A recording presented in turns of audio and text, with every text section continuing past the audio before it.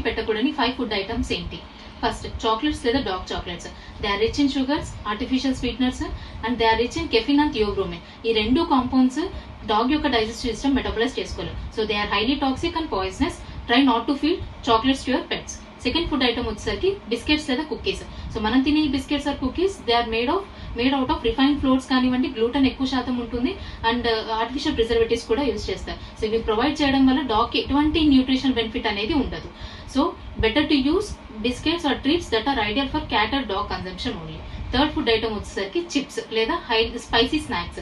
So ఇందులో ఏంటంటే deep fried ఉండడము, హై సాల్ట్ కంటెంట్ ఉండడం వల్ల పెట్స్ డిహైడ్రేట్ అవడమే కాకుండా కిడ్నీ ఫంక్షనింగ్ అనేది కూడా ఇంబ్యాలెన్స్ అవుతుంది. So try not to give chips to your pets. Fourth food item వచ్చేసరికి స్వీట్స్. సో ఇంట్లో ఏ చిన్న ఫెస్టివల్ జరిగినా కూడా అవుట్ ఆఫ్ లవ్ మనం పెట్స్ కూడా స్వీట్స్ ని ప్రొవైడ్ చేస్తూ ఉంటాము.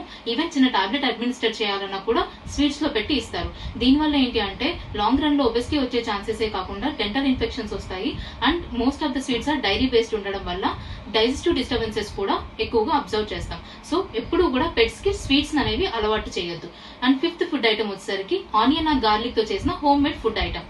సో ఎప్పుడైనా పెట్స్ కి హోమ్ మేడ్ ఫుడ్ డైట్ అలవాటు చేయాలి అంటే ఆనియన్ అండ్ గార్లిక్ లేకుండా చూసుకోండి. Thank you.